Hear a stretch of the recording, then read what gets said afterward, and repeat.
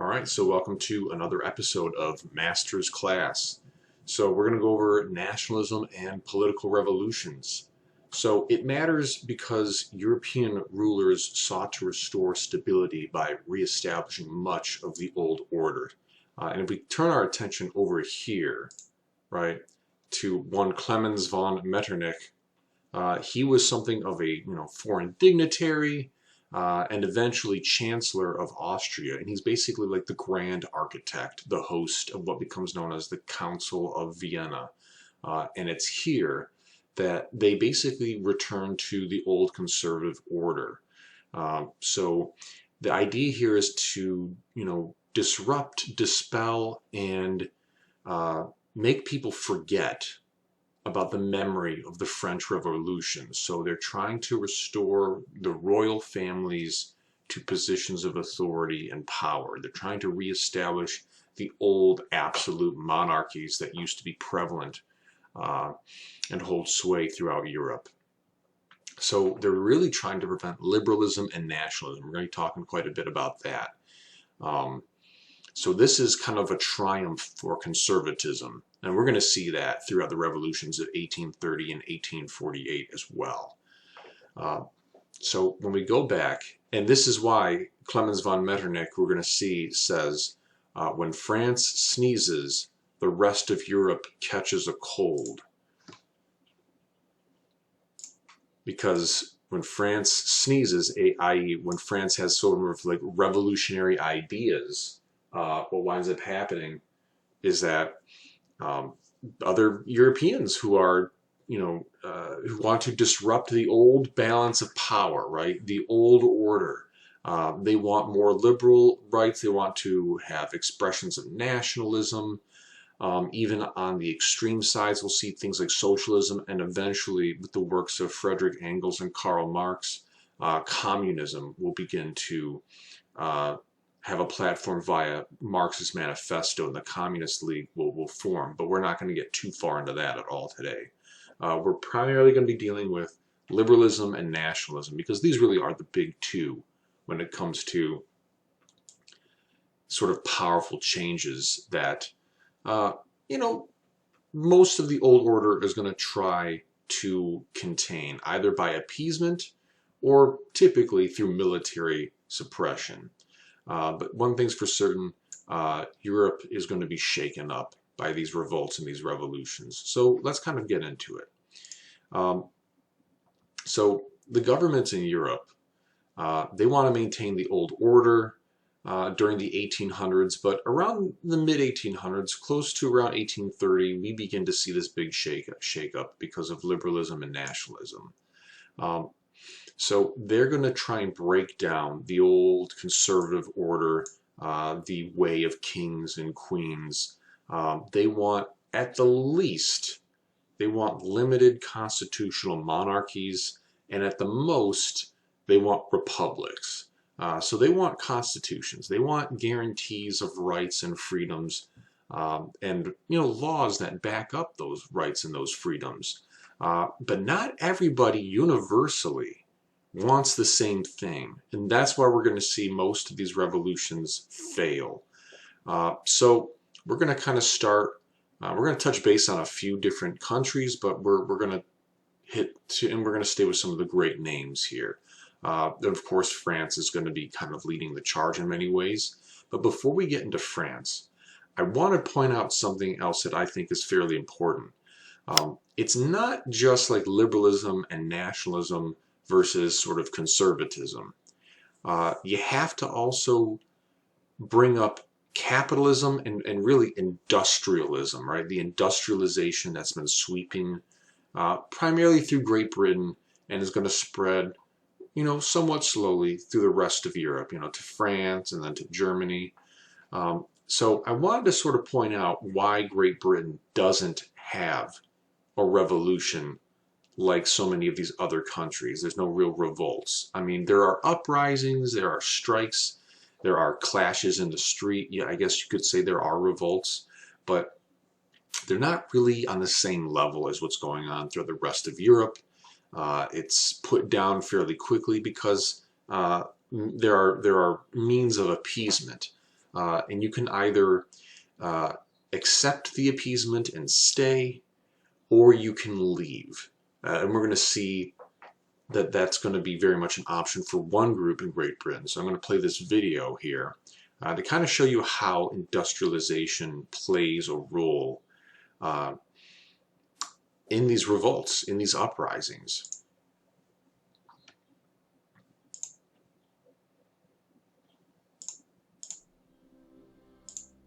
The Irish potato famine struck in 1845 and lasted nearly 6 years. It not only destroyed a vital crop, but it also killed more than 1 million people and exposed the social and economic problems facing 19th century Ireland.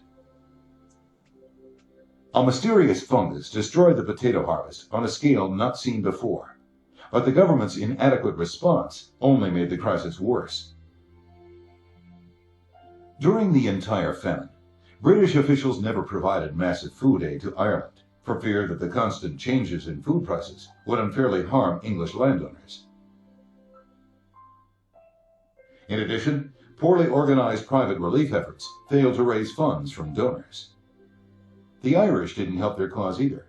Farmers who needed cash to avoid eviction exported locally grown wheat and other food staples that could have fed their starving people.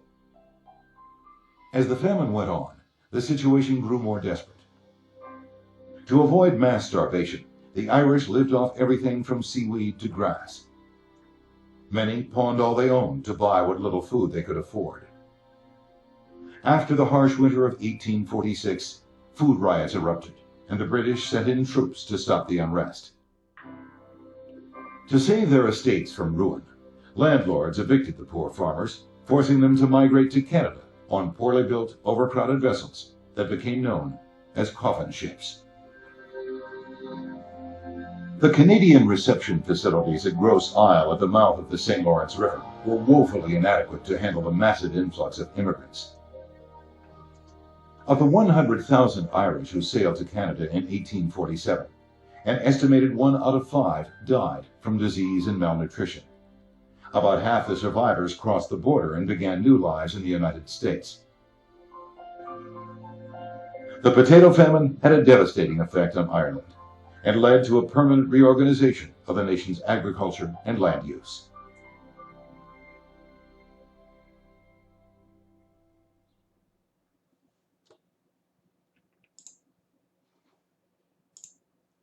So a big factor there, we're going to see this come up with both nationalism, and we're going to see it come up with industrialization. So as the elites of society, England, we kind of talked about this before, has this Enclosure Act where, landlords and landowners, sort of the elites of society, are going to be closing off their lands, kind of closing down these rural communities, and more people move to the towns and cities which supply a labor force for the increasingly industrializing cities, places like Manchester. And so the Irish no longer have these kind of communities that they used to benefit from, where they had these communal farms. They're working for predominantly these landowners, these elites of society. And due to industrialization, people find how much profit there is in uniformity, which is to say, when you only produce one uniform product. So of the 4,000 to 5,000 different breeds of potatoes that exist in the Americas, they focus on just one breed. It's a hardy potato. It makes the overseas voyage well across the Atlantic. It's dependable, it's reliable. Until this mold. Unfortunately, what wound up happening is that due to industrialization and the quickness that steamships provide and transport, these potatoes in the mold that they capture, they manage to basically take over these potatoes fairly quickly to Ireland, these moldy potatoes, and because they're all going all in on this one particular crop, it devastates the economy. As you saw, it leads to hunger strikes and food riots. And really just it highlights how grossly inadequate Great Britain, England is in, counteracting this. And this is nothing unique. Most of Europe experiences bad harvests in 1846, just 2 years prior to these revolutions in 1848. So the Irish aren't alone in that. It's a common staple across the rest of Europe. Bad winter, bad harvests in 1846 lead to the upper class and the middle class to sort of rally the working class and the peasantry. The English showed just how little they were willing to help out the Irish because they're mostly Protestant, and then the Irish are mostly Catholics. They believe in laissez-faire economics, so hey, whatever happened, happened, let them figure it out. We're not going to try and spend too much money on government or social programs to alleviate them. So this is where the Irish are going to, by and large, leave. So they get on ships to Canada, they go to the Americas, they get struck down with typhus, and to this day, the Irish potato famine still has its effects. I mean, in 1845, Ireland went down from a population of about 8.5 million to about 6.5 million. And today, the population in Ireland isn't much higher than that, about 6.6 million. So it never really recovered, you could say. I mean, it did, but in an odd way, population-wise, it never actually recovered from that potato famine. It just shows what a devastating effect that it had. But this is also an aspect of nationalism at play. Not everybody wants to make laws or develop social programs to help people within their boundaries, their nation's boundaries, because they don't really consider them to be the same. They don't see that they share a same language or a history or a culture or religious beliefs. And so this is where nationalism plays a big role. So in Great Britain, the English don't really see the Irish as being equal. And that's what's going to cause them during the potato famine to sort of flee and seek refuge in Canada and the United States. So we're going to see this play a factor in these other revolutions. So let's jump into them, shall we? So France is the big one. And they have a monarch in Charles X who he sees these sort of riots. He sees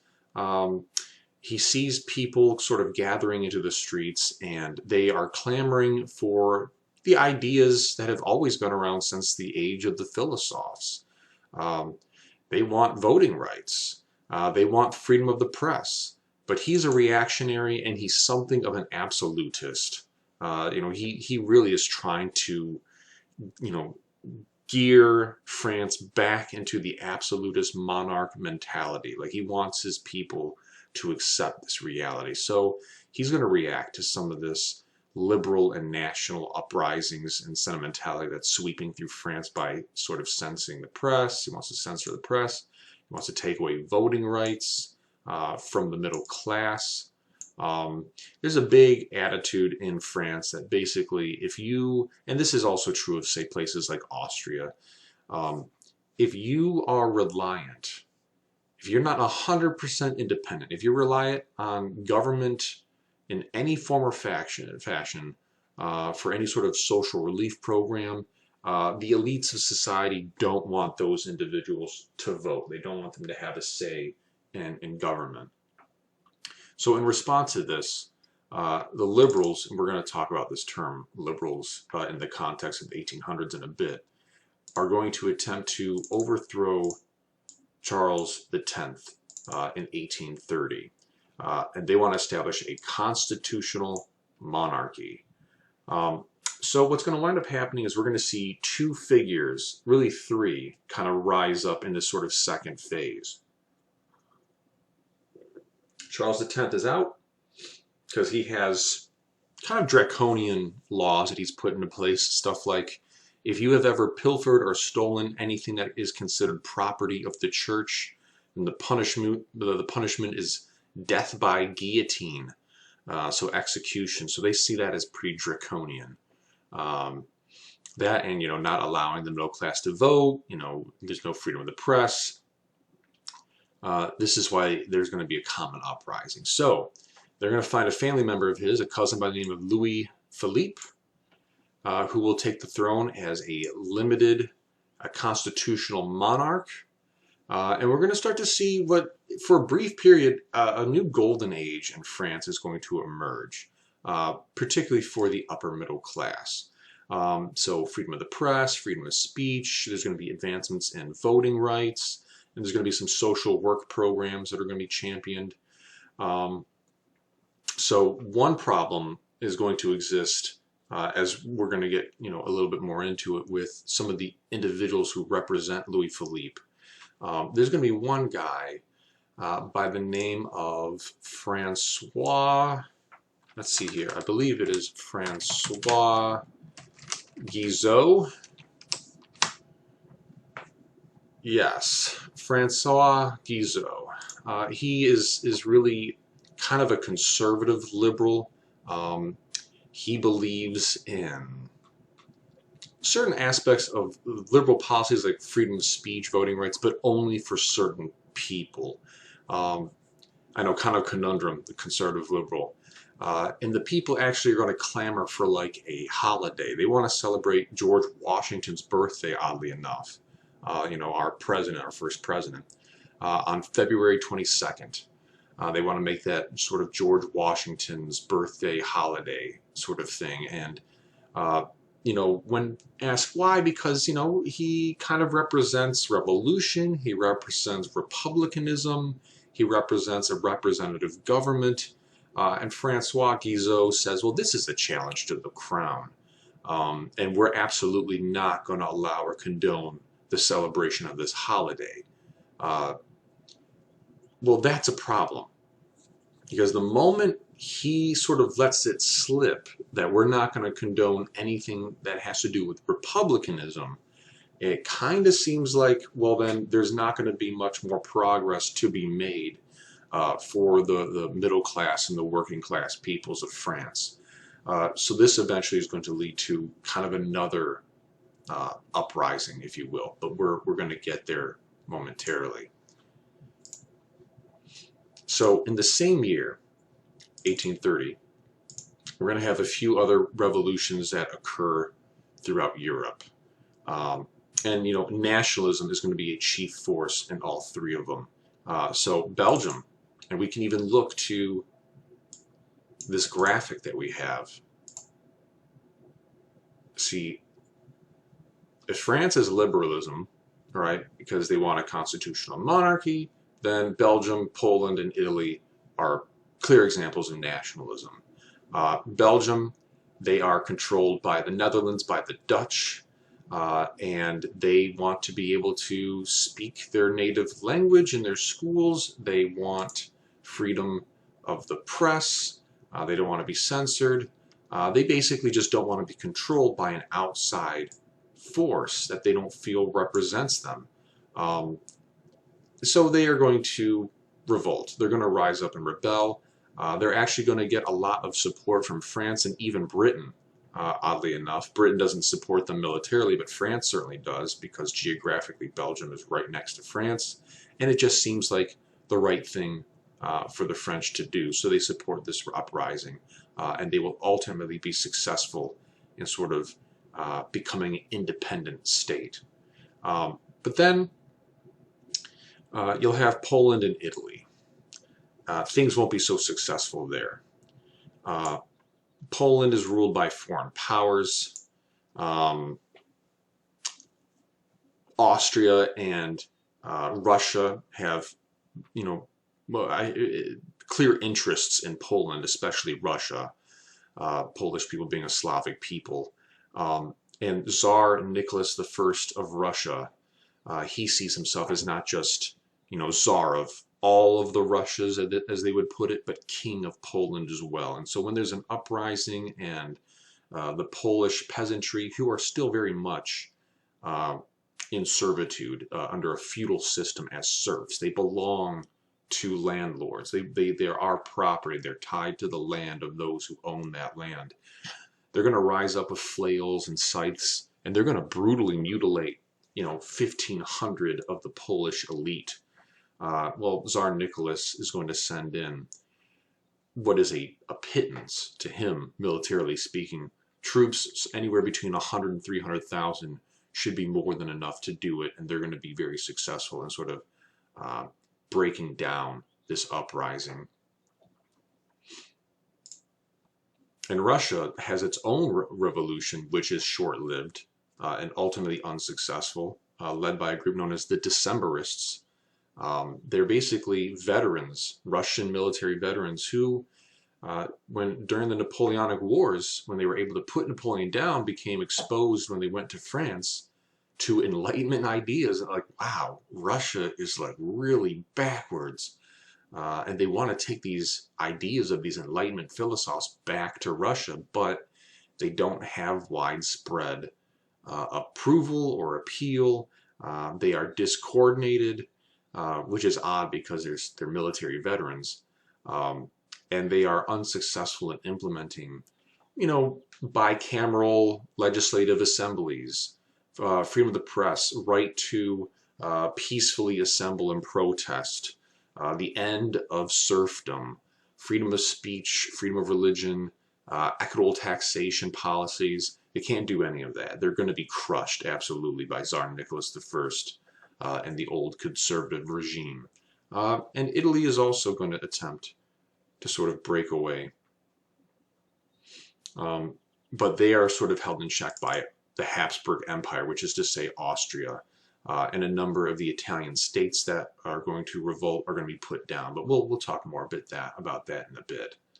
So let's move it along.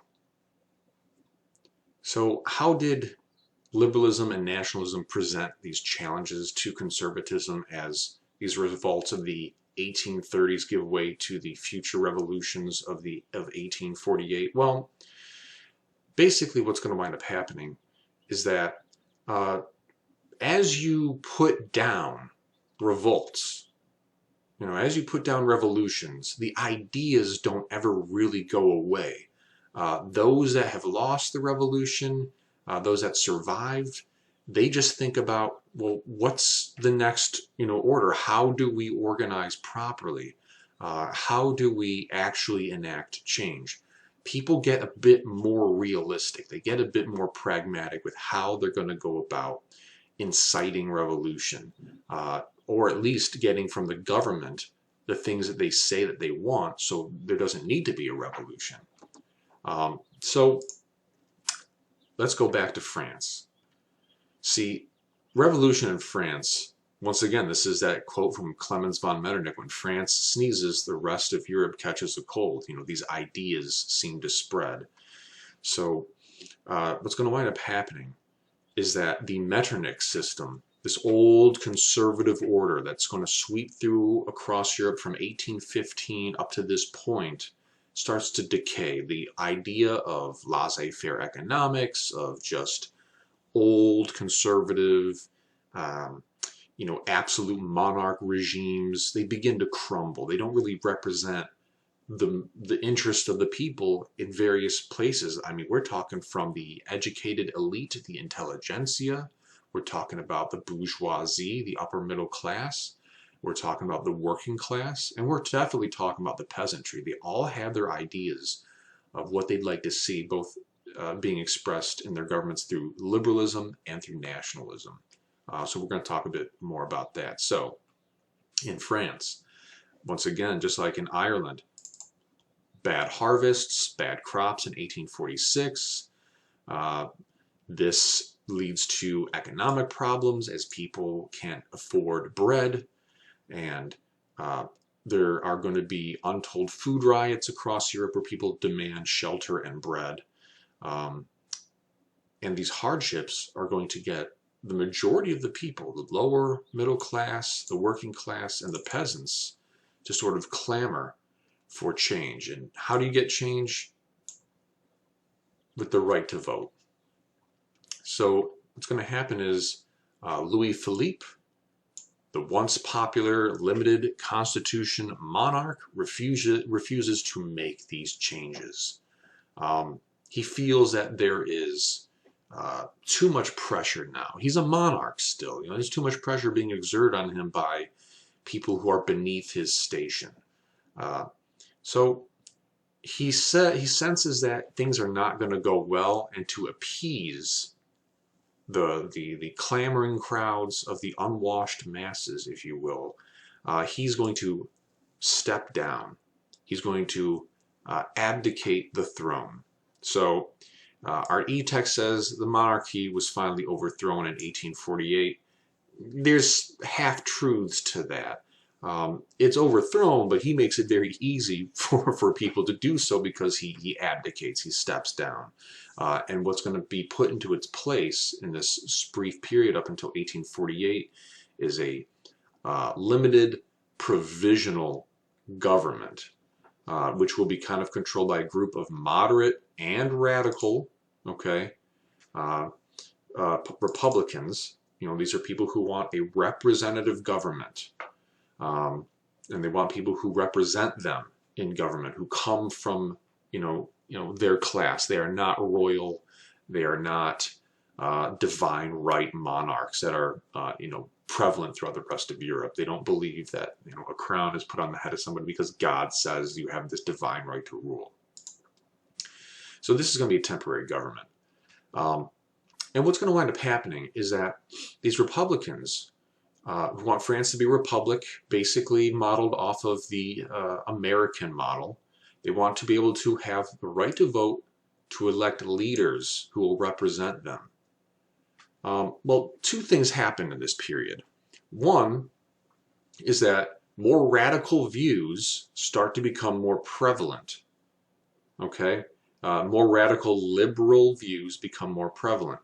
So what's going to happen is a representative government will have this constituent assembly, all right, this constituent assembly, I'm sorry. It's going to drop a constitution, and this very radical view for the time in a universal male suffrage, meaning that all adult men could vote. This is actually a very, not women of course, we're not there yet, although there are some areas throughout Europe that will try to champion universal suffrage, all men and women can vote, but that is even more radical than universal male suffrage. This is where things will kind of begin to fall apart to some degree. You think that everyone's coming together, but not everybody supports this idea. The intelligentsia, the nobility, the elites of society, they do not want to have their vote being counted as the same as that as someone from the peasant class or even the working class. So things are going to start to fall apart there. But this is going to be set up under this new constitution for this period of time, and we're going to have another individual who's going to be elected as something of a leader in this government, an individual by the name of Louis Blanc. And Louis Blanc, well, definitely not the one we're looking for here. Let's try being a bit more specific. There we go. So Louis Blanc, as we can kind of see here, he is going to sort of champion this idea of these workshops. The people, he's something of a socialist, I should point this out, which, by the way, him being a socialist during this era makes him very radical in his beliefs, in his liberal beliefs. So what he's going to do is he's going to champion the taxation of the people of France to provide these national workshops. So this is not unemployment, this is work for the unemployed, this is training for the unemployed. This is something that the working class and the peasantry have clamored for. There's not enough educational opportunities, or working opportunities for that matter, for the working class or the peasant class in these hard times. So the number of unemployed enrolled in these national workshops will rise from 66,000 to almost 120,000 between the periods of March and June of 1848. The problem here, and this is where the champions of conservatism will rally back, is that this empties the treasury, right? For the more moderates, those who are not socialists, they're worried that their tax money is being ill spent, and they're going to sort of riot, and they're going to rally, and they want to close these workshops, and Louis Blanc and this provisional government will give in to this pressure. The workers, however, refuse to accept this decision to close down the workshops, and of course, why would they? And now we're going to start to see the themes, folks, of why these revolutions begin to fail. You have too many different people with too many different beliefs who come together and they're unified by a common foe or their hatred of a thing, something that they think that needs to be corrected in the government that, you know, is supposed to represent them, which is what they feel. And then when it's all said and done and they get what they want, well, what is the government actually going to look like? And this is why they start to fall apart. The conservatives are always united. They want the old regime. They want a restoration of the old order, the absolute monarchies. That's it. So they're always going to be united. Whereas you have these radical liberals, socialists, who are very radical liberals. You have just moderate liberals. You have nationalists. I mean, there's too many different groups. So the workers are going to pour into the streets and protest, and in 4 days of bitter and bloody fighting, they're going to be crushed by government forces, by the military. Thousands are killed. Thousands are going to be sent to the French prison colony in Algeria, in northern Africa. It's a mess, to say the least. But we've entered into the final phase of this revolution, actually, which is, we're coming back full circle to the first French Revolution, from 1792 up until the rise of Napoleon, Bonaparte the First. You see, the new French Constitution, which is ratified on November 4th of 1848, now is going to set up a second republic. Now that order's been restored, we need a stronger government. Well, the people seem to want a republic. We're going to give it to them. We've experimented with republicanism before. The legislature will, you know, we're going to have a legislature that's going to be elected by universal male suffrage. So it's a legislature that's more representative of the people in theory, although the, you know, as is typical, those with money and influence seem to have a bit more power and control. And we're going to need to elect a president, much in the way that we do here in the States. They're going to model this off of, you know, our model, our republic. So what winds up happening is that they're going to elect a guy in the name of Charles Louis Napoleon Bonaparte, called Louis Napoleon. He's the nephew of Napoleon Bonaparte. So now we have displaced the old Bourbon family in favor of the Bonaparte family again. And what's going to wind up happening is he's going to serve a term as president for 4 years as he was elected by this representative republic. And then at the end of that 4-year term, France has become embroiled with a war with Prussia. And at the end of the Franco-Prussian War, when they lose, he turns around and says, you know why we lost? I didn't have enough power and authority. We need to return to the days of my uncle. We need an empire, and I need to become a monarch. And he's gonna become a monarch. And they're gonna return themselves back to monarchy, back to ambitions of empire under the name of Bonaparte, which the people, because they're so familiar with them, there's that family legacy. For the most part, they willingly go along with. So the revolution, once again, goes back to the old conservative order. And that, in turn, is going to greatly impact and affect what's going on in the rest of Europe. So when we look at Germany, we're going to sort of take things over to Germany. There are about 38 independent German states, and what we collectively know them as the German Confederation. Well, they're going to want to unite. They want to unite the two great powers along with these other independent states, the two great powers being Austria and Prussia. Well, what's going to wind up happening here is that all the peoples of these independent German states, there are going to be various uprisings, much like in France and in England, Ireland in 1846. Bad weather leads to bad harvests. The working class and the peasantry rise up. We want economic reform. We want economic opportunities. The peasants, of course, want to be released from serfdom. They want to be tied to land. They want to be able to travel and have a say in the government. They want a life. They want these to be promised by constitutions. They don't want absolute monarchs. They want limited constitutional monarchs. They want freedom of the press. They want a fair trial, and various other liberal reforms, freedom of speech as an example. So what's going to wind up happening is that there's going to be an all-German parliament called the Frankfurt Assembly. They're going to kind of rally together. So we got all the German states here, Prussia, and then Austria, okay, the Austrian Empire, the Habsburg Empire.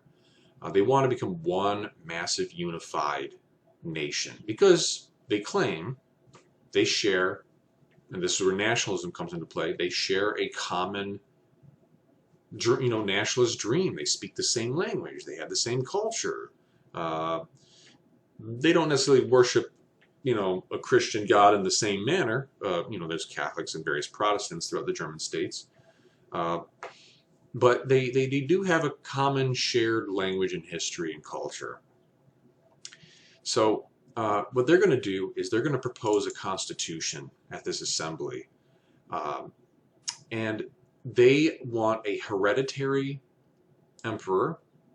They want a parliament. So they want a representative parliament, but they want a hereditary emperor that rules under a constitutional monarchy.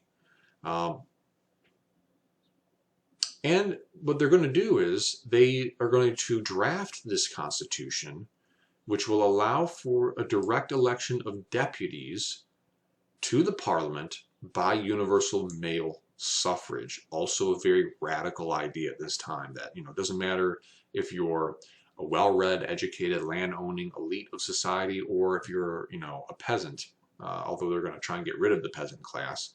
If you're working class, you all have the same capabilities of voting. Your vote counts as equal to that of any man in these German states. Well, the thing is, they want this guy, Frederick William IV of Prussia. He's King of Prussia, to become king of this sort of German Confederation of all these German states. And he wants that too. But what he doesn't want is universal male suffrage. He doesn't want a constitution. And he doesn't want these various peoples to have a say on who gets to sit on the throne. He doesn't want to be a monarch who is elected and put on the throne by people because of their ability to right to vote. He wants to be a divine right monarch, right? So he doesn't want to accept a crown from a popularly elected assembly. He wants to be a divine right monarch. So he says, I will not put on my head a crown given to me from the gutter.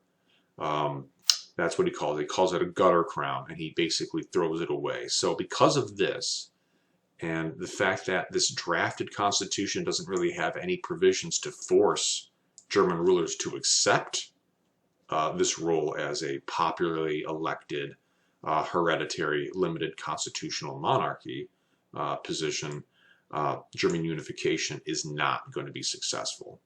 Cover the sort of spread of nationalism and these political revolutions through Central Europe. So Clemens von Metternich, the grand architect the Congress of Vienna after the downfall of Napoleon in 1815. He set up the old regime, a reestablishment of the old regime, that the rest of Europe will follow absolute divine right monarchs, and that is just the way of things. Feudalism will still hold sway, and we want to curtail the spread of revolutionary ideas outside of France. When France sneezes, the rest of Europe catches a cold. So that cold makes its way to Austria, to the Habsburg Empire, the Austrian Empire. They, much like the rest of Europe throughout the 1830s and in 1848, will have their revolutions, their revolts, their uprisings, guided by both liberal ideas and with nationalist ideas. So what makes the Austrian Empire so interesting in this aspect is that they are a collection of many different peoples. They're a multinational empire. They have their Germans, of course, who are, the major player. The Habsburg dynasty is made up of a Germanic people. They hold the empire together. They have, help and aid from other powerful German states like Prussia, the other big Germanic state. And of course, they have support from the other 38 independent German states as well. Even though the Germans only make up a quarter of the population, they're the ones who basically play the leading role in the empire.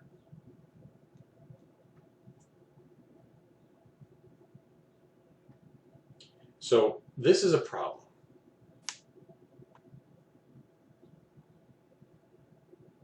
Because you have all these different people, the Czechs, the Hungarians, the Slovaks, the Romanians, the Slovenes, Poles, Croats, Serbs, Ukrainians, and Italians, who all belong to the Austrian Empire. So you have a large Slavic population, as an example, that's not being represented in government, who does not share the nationalist or nationalism-based ideas that, say, a German might have for being within their empire, being within the empire. So these would be people who, if they have nationalist ambitions and ideas, say, particularly the Serbs, who are going to see a lot more of that as we get closer to World War I, they're going to be very different from the German-speaking Austrians. Very different. They're going to have their own sort of independent state that they can claim. And this is something that we're going to see quite a bit of. So in Vienna, Austria, right, we can see uprisings as through this image right here that we have access to. And we can see that, it's not all good. The streets are swollen with protesters of various classes. We see the military putting down violently, killing and harming those protesters. And not all the protesters, like I said, are from the peasant or working class. You have some who come from the bourgeoisie and the intelligentsia, the elites of society. They're very well dressed. So there's wide support amongst the protesters to protest and reform the government. And this is what's going to call for revolt. So we're going to see these demonstrations in March of 1848. Much like in other areas of Europe, 2 years prior, bad winter, bad harvests, lead to food shortages, leads to inflated prices. And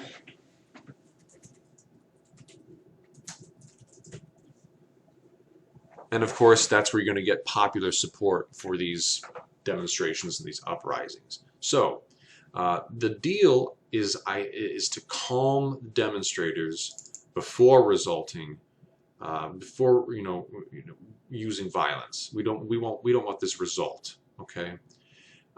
So what's going to happen is everyone is universally in agreement that Clemens von Metternich, right, the former Austrian foreign minister, at the time Chancellor of Austria, needs to be dismissed.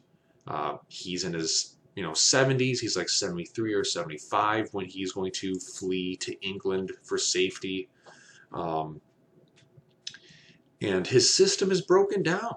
The old conservative order, people don't want these absolute monarchs. What they want is a liberal constitution. People want a limited constitutional monarchy. If they're really radical, they want a republic. But they want guarantees of rights, and they want legal protections for those rights, and they want that to be documented. They want systems in place. So what Austria is going to wind up doing initially, as revolutionary forces take control of the capital, Vienna, is they're going to appease the revolutionaries by giving Hungary its own legislature. Eventually, this will become a dual government, Austria-Hungary, where the Hungarians not just have their own legislature, but they're kind of in cahoots with the Austrians. It's a dual empire. It's a dual kingdom, if you will, in the Austrian Empire. So the Hungarians are going to get this major concession. Good for them. In Bohemia, the Czechs are going to clamor for their own government entirely. We don't just want our own legislature. We want our own government. We want to be 100% separated from Austria, from the Habsburg Empire. Well, that's very radical. That's very radical. And the old conservative order is going to push heavily against this. So what you have is, basically, you have the bourgeoisie and the intelligentsia, basically the upper middle class and the elites of society, who want more equitable taxes, and they want better representation in government. Then you have like the working class. And the working class, they basically just want better economic opportunities. And then you have the peasants. They just don't want to be serfs anymore. They don't want to be basically property for the landowners. So they're all initially united in these demonstrations, but you can already see they all have different goals. They have different desirable outcomes. So what do you think happens when one group actually achieves that desirable outcome, but the rest don't, right? The moment one group succeeds, hey, revolution's done for me. I don't need to worry about it. We're all good here. And that's actually what's going to wind up happening in Austria to a large degree. So what's going to happen is Austrian officials are going to make concessions to appease these revolutionaries. But the one concession they make is that, okay, who makes up a very large portion of this rebellion, of this revolution? Is it the peasant class? It seems like it's the peasant class, right? All these serfs. So what they're going to do is they're going to end the feudal system. Serfdom will end. So for the first time in Austria's history, people who were once tied, legally speaking, to the land that was owned by the elites of society now have the ability to travel, to move, to vote and participate in government, to get other jobs. They have mobility. They have a general sense of being, a more actualized human person. So for them, this is a massive step forward. So they basically quit the revolution at this point. So now you really only have the working class, the upper middle class, and some of the educated elites, the intelligentsia of society, who are kind of all at odds with what they're ultimately seeking in these revolutions. They all have different goals. So this is going to allow the old conservative order to use the military to reestablish their control over the empire. So in June 1848, these Austrian military forces, as you can kind of see from these demonstrations, are going to begin to crush these uprisings. So they're going to crush the Czech rebels in Prague. So there will be no separate government in Bohemia. By the end of October, the rebels in Vienna, as you can see, pictured here, will be defeated as well. So there will be no separate, popular uprising, or say a republic certainly won't be established, let alone a limited constitutional monarchy. That won't succeed. And with the help of a Russian army of about, much like how they did in Poland, Russia, they join in into the mix because, well, when you have large outside areas that are spheres of influence like Poland or Hungary, they're on the outskirts of Russian society. If they were to allow Poland or say Hungary to establish their own legislature, their own government, to revolt successfully, well, for those satellite nations that Russia controls within their sphere of influence, that might encourage them to rise up in rebellion too. So they have to help Austria put down this uprising because it seems to suit their best interest. And if you want to be Tsar of Russia, and if you want to be a divine right monarch, then this is the move to make. So throwing an additional 140,000 troops to aid the Austrian military to put down these Hungarian revolutionaries, as far as the Russian population goes, it's a very inexpensive move. It doesn't really cost them a lot. And so they'll be put down and subdued in 1849. So the revolutions in the Austrian Empire basically fail. But this is where it's unique. This is what makes Austria just a little bit different. The peasant class, they're rewarded the end of serfdom by making that one major concession. This is what allowed the Austrian Empire to put down all these uprisings, all these revolutionary-based activities, just because they made this one major lasting concession. They can hold on to the absolute monarchy. And of course, the conservatives, who are always united, they're never divided. They always want the same thing, right? Absolute monarchy. We want to be ruled by an absolute monarchy. We want to ensure divine right to rule for kings and queens. No freedom of the press, no freedom of speech, no freedom of assembly. Taxes are going to be not equitable. They won't be equitably distributed. But they make this one concession and it pans out. So when you say that the revolutions of 1848 in Austria failed, that's not entirely true, because for the peasants, it's a spectacular leap forward. There can be little doubt about that.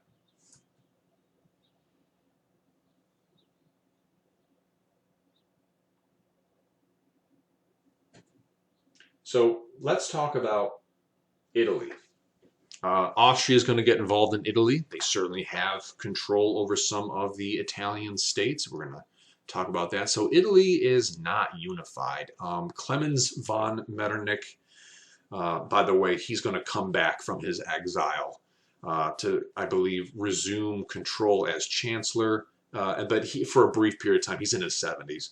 And then he's going to give it up to a relative by the name of Francis Joseph, who in turn will give up power as Grand Duke and Chancellor of Austria to Franz Ferdinand, a relative of his. And we'll talk more about Franz Ferdinand when we get to World War I. So the Italian states, well, the Congress of Vienna splits up Italy into 9 states. And these states, we see, areas like the Kingdom of Piedmont in the north. Largely speaking, they're going to be kind of controlled by outside forces like the Austrians. They're going to have a huge sort of hold over them. You have the 2 Sicilies, which are Naples and Sicily, and let's not neglect to mention Palermo by Sicily in the south of Italy as well. They're going to see massive uprisings.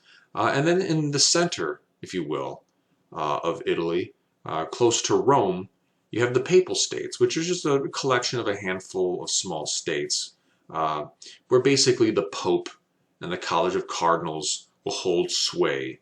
And they'll ultimately give into some brief concessions, like the Pope is going to allow for like a limited constitution, but basically he still has all the power along with the College of Cardinals, and the papacy still basically controls everything in the center of Italy around Rome. And then you have the northern provinces of Lombardy and Venetia, which are, at the time, part of the Austrian Empire. So, 1846, much like everywhere else, right? Bad winter, bad harvests. The working class and the peasant class rise up. They are rallied by the bourgeoisie, the upper middle class, and the intelligentsia, the educated elites of society. And much like we saw in Austria, they all have different goals. They're united in the fact that they want to be a unified Italy. They want to create a liberal constitution that guarantees their rights. So these Italian states spring up, they take arms, and a movement begins known as the Young Italy movement. It's sort of led by two individuals. The first is what we call the heart of Young Italy, Giuseppe Mazzini. We'll talk about him in just a moment. So what's going to happen is the Austrians are going to reestablish complete control over Lombardy and Venetia.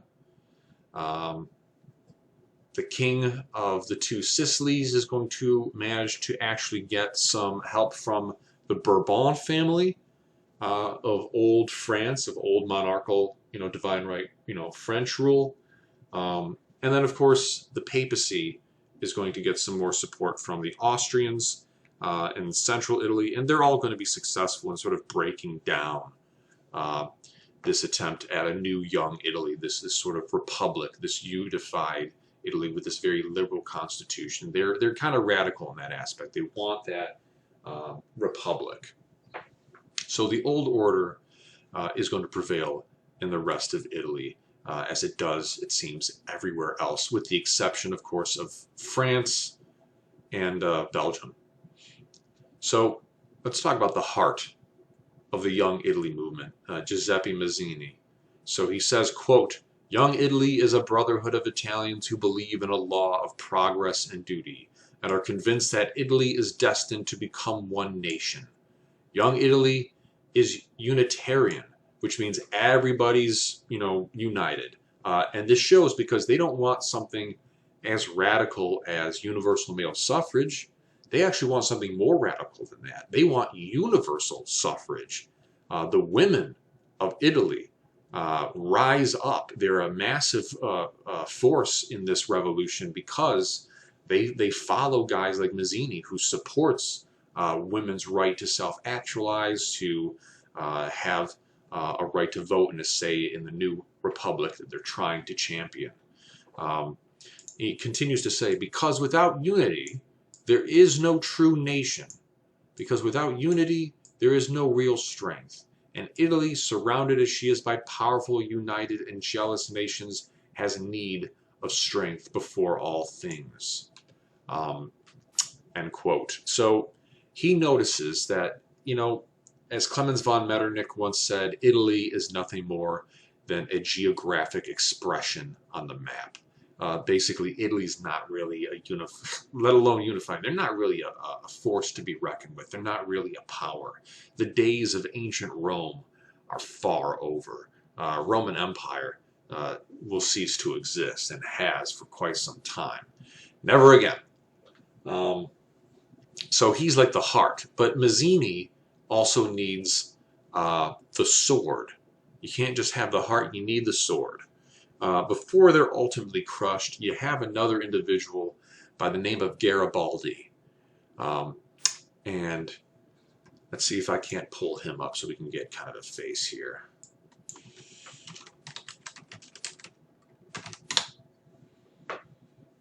Giuseppe Garibaldi, a lot of Giuseppes. All right, but Giuseppe Garibaldi is the sword. So if Mazzini is the heart of the attempt to unify Italy under a republic, Giuseppe Garibaldi is the sword.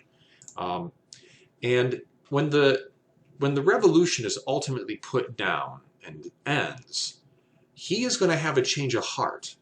Garibaldi kind of falls in line with the old conservative order. He becomes very pragmatic, and he says, you know what, just, you know, these liberals, you know, it's good to want change and to have the ambition to fight for it, but the fact is they're all disjointed. They all have these different ideas about what this new young Italy should look like, what this republic should look like, you know, who gets to participate and in what capacity. They all have different goals. So he's actually going to champion, and this is like what we're talking about, the absolute about face. He likes the uniformity and how united the conservatives are. So he's actually going to champion an individual by the name of Vittorio, or as we would say, Victor Emmanuel the third, I want to say, or is it the second at this point? Could be the third.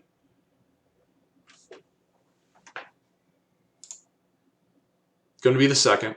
Yep. Stick to your guns, masters. You know what you're talking about. So he is going to be the absolute monarch of Italy. Italy goes back to the old conservative order. So in a weird way, the revolution is a failure, but in a weird way, it's also kind of a success. Basically, Garibaldi is going to be the sword for Victor Emmanuel II here. An absolute monarch will be put on the throne, but, and this is where he thinks he's sort of fulfilling the revolution, Italy is unified. It's not going to have parts controlled by the papacy and then another part controlled by this king of the two Sicilies, and then another part of Italy is going to be controlled by the Austrian Empire. No, it's going to be controlled by one absolute monarch who's Italian. So here you go. Revolution, a failure in the sense that it doesn't really fulfill anything that has to do with, you know, liberalism. But if you're a conservative nationalist, and if you're a conservative who wants an absolute monarch, you know, there's success there. At least you can make the argument Italy's unified. But in the grand scheme, you could say it's a failure. So to cap things off, let's talk about these failures a bit more in depth in a general sense, I should say. You know, why? Why do they seem to mostly fail? Well, there's the two big reasons that we kind of went over. The unity of the revolutionaries is suspect at best. It's suspect at best. What makes the revolution possible to begin with doesn't guarantee the momentum or even that it can stay together in the aftermath. You have to understand, historically speaking, revolutions typically don't pan out because of these reasons.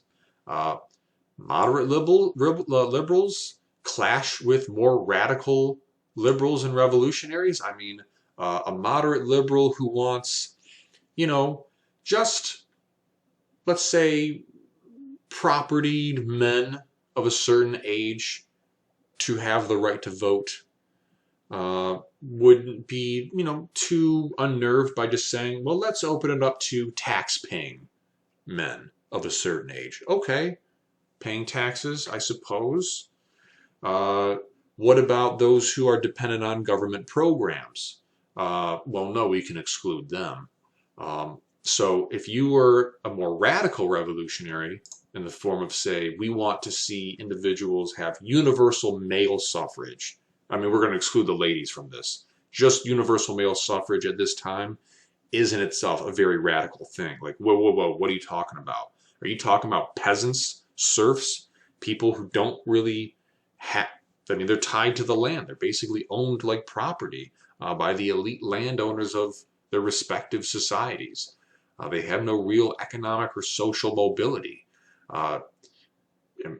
We're going to allow them the same vote as, say, a professor of a university, as a baker who owns his own shop, as the landowners themselves. So right there you see a clash when it comes to just trying to understand, what is your goal in establishing voting rights from your revolution.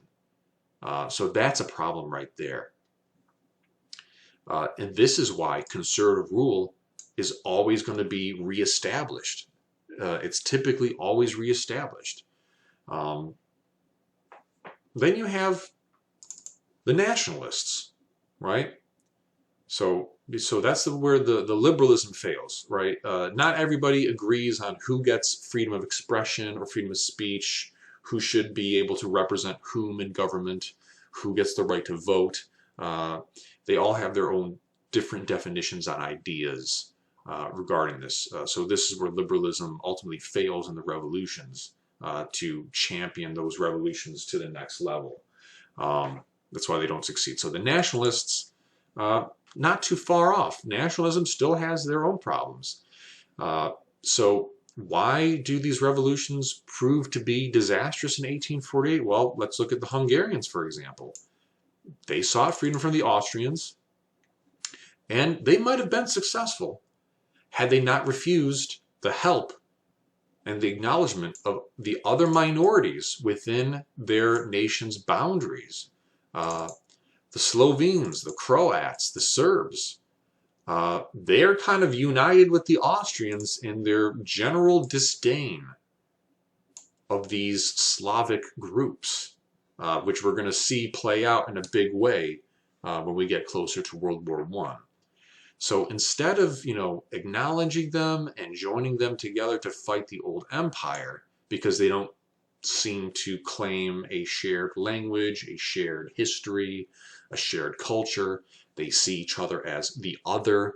They're like, no, we're fighting for Hungarians. We're fighting for us. We don't care about these people within the boundaries of the old empire or of the sphere of influence that we control. That's what's going to prevent them from succeeding and what allows the old order to prevail. So this is why it's so easy for these conservatives to reestablish these old divine right absolute monarchies, because nationalism and liberalism seem to prevent the revolutionaries from uniting, whereas conservatives are united in their hatred of more liberal ideas, basically anything that you could associate with the age of the Enlightenment, anything that came out of France, I should say, from the great philosophes, and of course even nationalism itself. Conservatives have their own definition of nationalism. They believe that whoever's in the position of authority and power, you can rally your shared language and cultural identity and history around the establishment of that divine right monarch, or if you're conservative liberal, a limited constitutional monarch. But typically the divine right monarchs are going to rule the day. All right, that'll do it for that lecture of mine. Stay tuned for the next lecture in the next episode of Master's Class.